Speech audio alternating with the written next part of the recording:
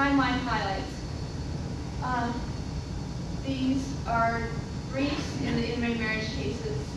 This is who the church was involved with. The brief that the church wrote was on behalf of the LDS Church, the California Catholic Conference, the National Association of Evangelicals, and the Union of Orthodox Jewish Congregations of America. Ken wrote that brief.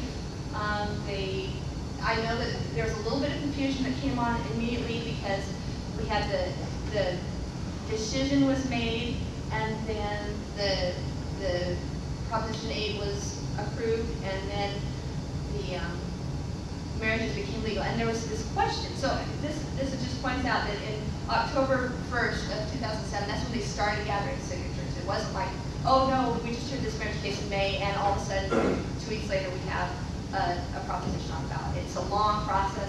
Let's go to the next one.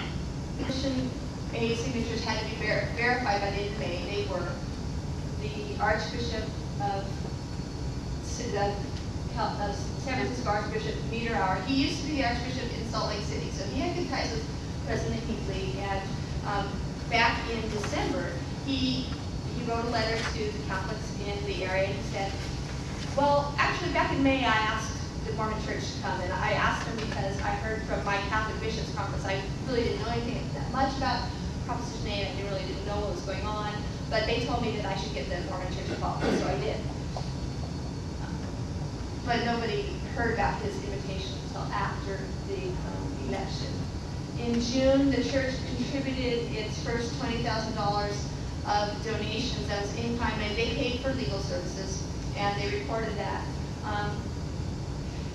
Because of the way the reporting system worked, it was unclear to people who were just looking at donations online that this didn't show up until after the election online. It didn't show up until December. And so up until December, everybody's thinking, oh, the church just donated like $4,000 for a couple of flights back and forth. The reports were submitted on paper, and because of the way the reporting requirements work, that information did not have to be reported necessarily online. It was there, and once they met the threshold, then everything had to be reported. So we had the first presidency letter read in June, at the end of June, and in early July, we had a bunch of people who wanted to do something on the internet. The internet was abuzz for about a week before the letter was read. This kind of shows the telescoping of what's been happening with the church and its involvements in politics. And with the ERA, the church got involved fairly early on, but nobody really paid attention in the mainstream press for a few years. And with Hawaii, when the church was involved with the same-sex marriage in Hawaii, the church was involved, but kind of kept it under wraps for almost a year. In Prop 22, the church got involved in May, and it didn't really hit the press until August, September. When Proposition came out, well, Proposition 8, when this letter came out, it was actually leaked to the internet before it was read in church. So you can see this telescoping that's happening, and that there's nothing done in secret anymore. It's shouted from the rooftops, just like the scripture says. There are several. I've listed a few of the websites that were created. We have Signing for Something, where a lot of you. That was one of the. I think it was probably the first one that came out, and that was where people were able to write. It's a play on President Hinckley standing for something, and it says, "Get up here," and we don't like what you're doing. People were able to write letters, and the idea was that they were going to submit those letters to the Quorum of the 12th First Presidency. LDS for Gay Marriage focused a lot on scriptural reasons why LDS should not be involved. Mormons for Marriage really wanted to do two things.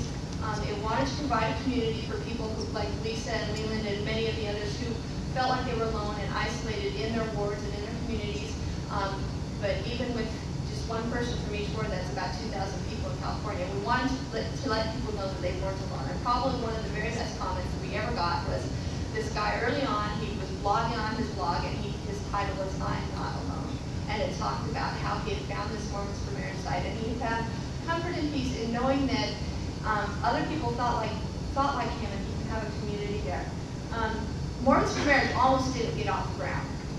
One of the founders, I've kind of fallen into being the spokesperson for Mormons for Marriage because I've been in a very safe place ecclesiastically, and this is something that is highly important to me and I wanted to speak out on. But one of the early founders of Mormons for Marriage, when we were discussing what we wanted to do, we said, what are we going to do? We've got to do something. And this person wrote an email. So he said, I've become quite concerned about the very tepid support for my LDS friends, straight and gay, as I've been trying to advertise and promote, gain the support for this project as currently named Mormons for Marriage. Very tepid.